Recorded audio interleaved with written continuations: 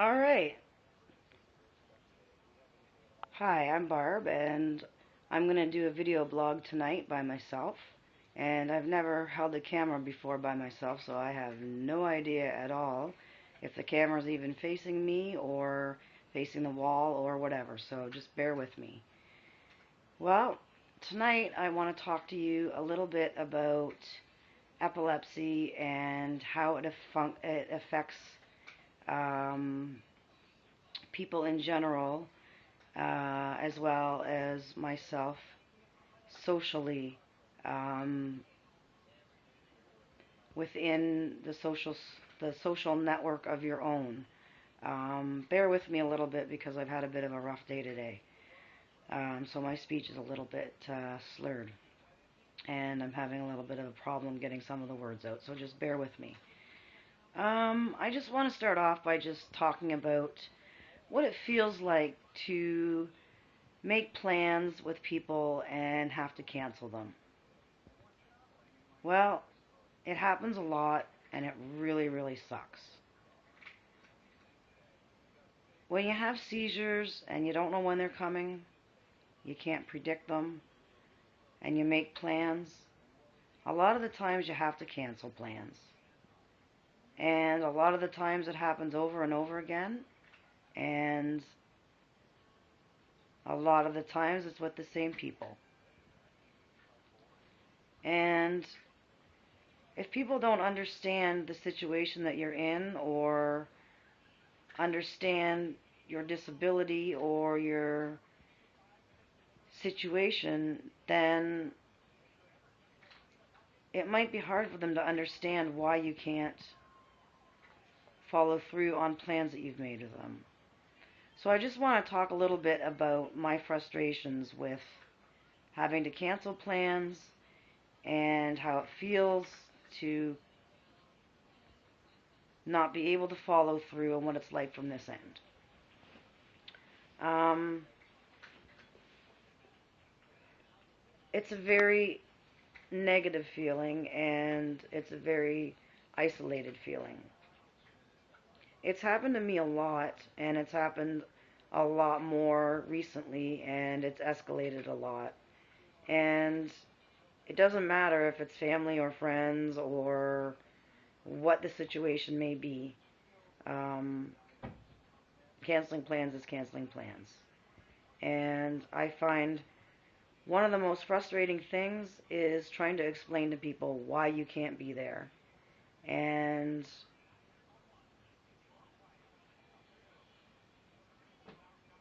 not getting a response from people, um, other than not a response, if that's an okay way to put it. This seems to happen a lot, and I know that it's not just something that's unique to me. I know that anybody who has any kind of condition that keeps them housebound sometimes um, experiences this. And it's a very lonely feeling, and it's a very frustrating feeling. I don't like to be stuck in the house, and I don't like to have to say no. And I don't like to have to call people and say I can't be there. I'm sorry I can't make it. I'm sorry I can't come. I'm sorry I can't do this. And if it becomes a repetitive thing, you start to feel guilty. And I carry a lot of guilt with this. And I know it's an irrational guilt because there's really nothing I can do about it. I think one of the frustrating things for me mostly is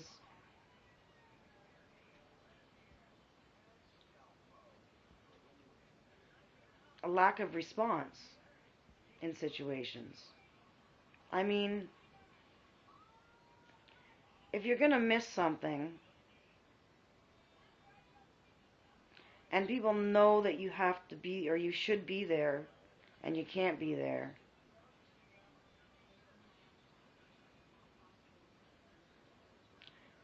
they should know that it's depressing for you to not be able to be there. And ignoring the situation doesn't make it go away. And I've found in my experience that just saying, okay, hope to see you next time, just really doesn't help. And this isn't meant to be said in a negative way or in an accusing way. It's meant to be said in an understanding way. Missing out on things, not being able to be at special occasions, whatever it may be, those are an important part of somebody's life. And when that's taken away with you, from you, as well as a lack of your independence, those are big things out of a person's life.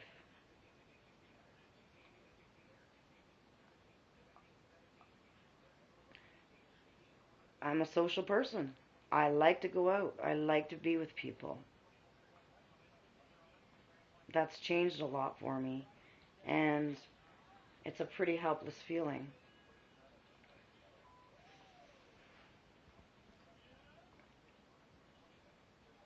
Lack of communication is a big thing.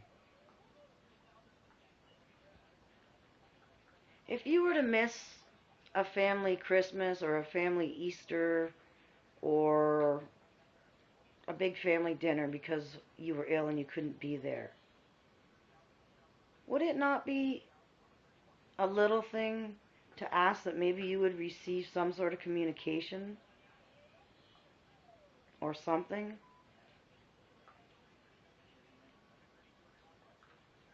Is this not something that maybe someone should expect? I mean, a phone call is only a phone call. It doesn't take a lot of time. It doesn't take a lot of effort. I think people in general, myself included, have to take other people's feelings and emotions and thoughts into consideration. And I think that because over the past 10 years, I've sort of disappeared from the scene slowly in a progressive kind of way. I don't know if it's misunderstanding because there has been such a lack of communication that when there isn't communication, people don't know what's going on. And many ideas can come through their mind. Maybe they think that you're being snotty. Maybe they think you don't care. Maybe they think that you just don't want to be there. Maybe they think that you have better things to do. But truth is that sometimes a person at the other end might be feeling really, really sad and lonely because the people that are most important to them in the world are all together and they can't be a part of it. And I think that that is a huge thing that people like myself and anyone who has epilepsy or any other kind of disorder of any type where they have episodes where, they have chronic pain or flare-ups of any type where they may not be able to leave their house has to deal with. It's very depressing. And I think we need to learn how to communicate a little bit better. So that's why I'm putting it out there. Not in a negative way, but in a positive way for everybody to learn something from.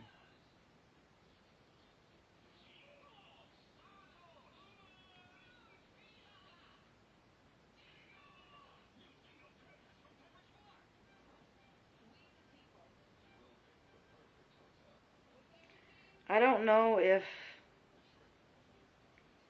people just assume A lot of the times, and assuming is the worst thing that you can ever do in any given situation of any type.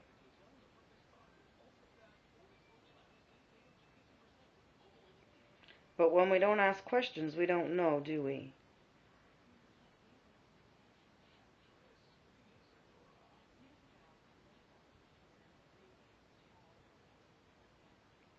Positive support comes in many forms, and I would be the last person to ever complain that I'm lacking in love in my life, because I'm not. I'm a very blessed person.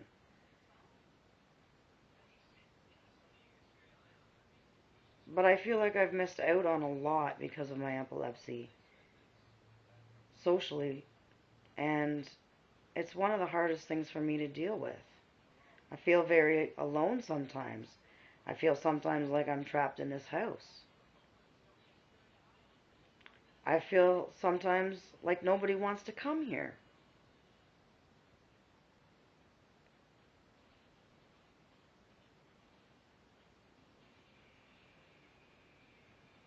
Because I'm not able to do a lot as far as entertaining wise for people. It makes it very difficult for me to have dinner parties or meals or have social functions and invite people over.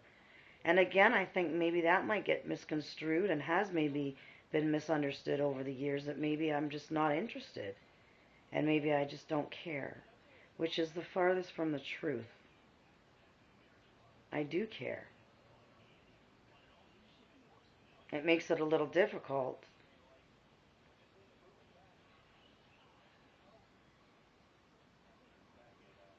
to have people over for dinner when you can't cook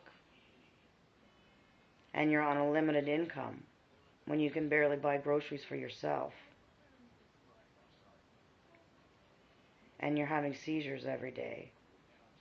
And this is something that I'm not alone in, and it's another part of epilepsy that I wanted to explore and put out there, because I think that it's a very, very common problem, an issue that everybody with it deals with, and it's not really talked about.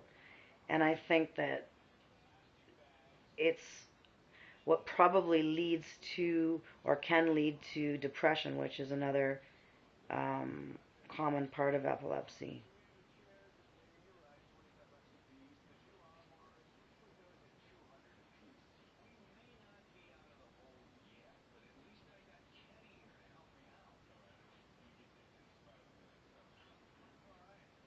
I think with the depression too, sometimes, or semi-depression, if you will, perhaps, if I can put it like that.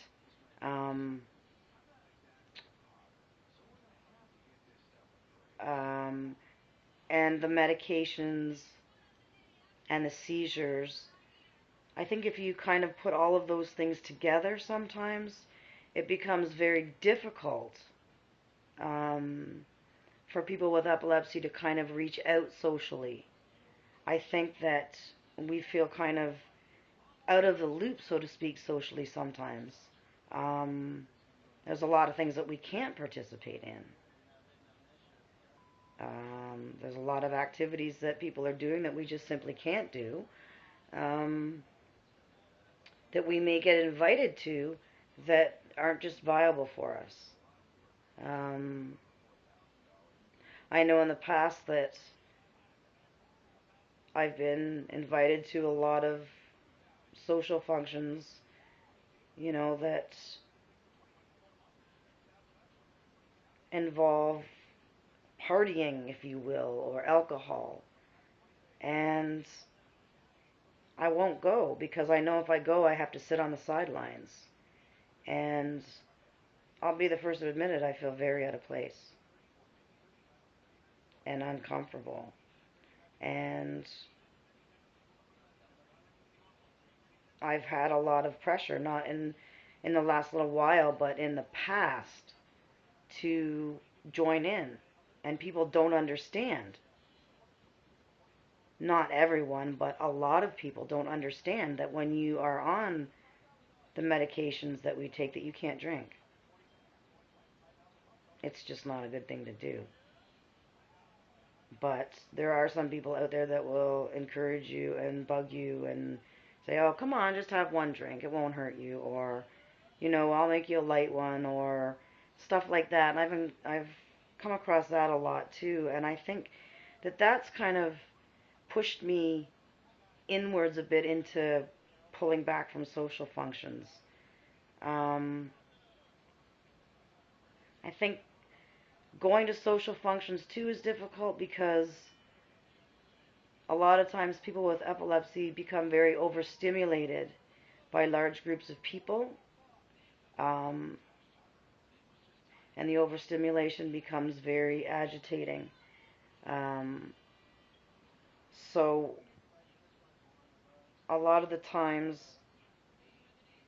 I'll find myself just wanting to go sit in a corner or kind of retreat um, a little bit back from the crowd because I find it very overstimulating and almost uncomfortable being in groups of loud or large people or loud people if there's big gatherings. And if people aren't aware of that, that it's part of your condition, then again, they may have the misconception that you're being antisocial or snotty or you just don't want to be there, so you're just not going to be involved. So that's another reason why I'm kind of putting it out there. I wanted to talk about this and and put it out there on this blog tonight because I think that social activities are very important when you have lost your independence and when you're kind of isolated.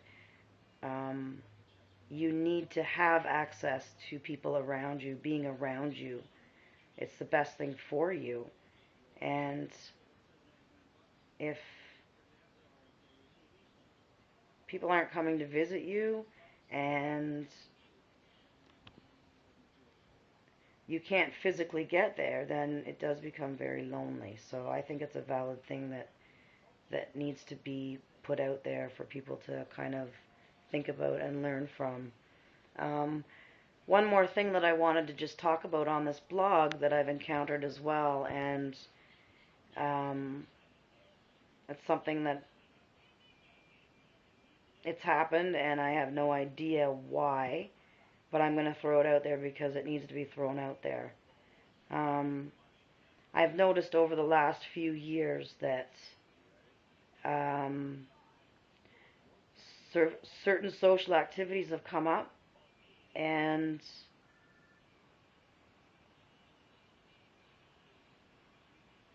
I haven't been invited or included. And these have been um, intimate or occasions where it's been made clear that everybody else in a certain group has been included except for myself. Um, and maybe somebody else with a disability as well. And that makes me very angry. And I'm going to put it out there because I don't understand what that's all about. I don't know if it's because, again, lack of income or lack of transportation or misunderstanding or fear or I don't know what it is. But we notice it. We know we're not being included. We're not dumb. So if everybody else in a certain circle is getting an invitation or is included in something, except for a certain few people, we're going to notice it. And it really hurts. Stuff like that really hurts. And other people are aware of it too. And if they don't speak up or do something, then they need to think about their actions as well, because to me I haven't done anything wrong to merit being not included in things like that, other than have epilepsy that I'm aware of. And if I have done something wrong, come to my face and tell me, please. Don't just invite everybody else except myself and then have people ask me, oh, you're not invited? That's odd, because everybody else was. Because that really hurts. That's a painful, painful thing. And those are things that have stuck with me. So I'm just putting that out there. And I think that's about it for this one. I just wanted to talk about those few little things. And I also want to say thank you so much to the people in my life who make a genuine effort to um, make me feel good about being me, and who, I'm having problems with my words tonight, I'm sorry. You know who you are. Thank you for making the effort when I can't, and for understanding why I can't, and for all the small and big things that you do for me, because these guys are the ones that keep me going. So just know how much I appreciate you and I love you. And I hope that everything that I said tonight was taken in a positive way, and that everybody out there could learn something from it. Have a good night. Thanks.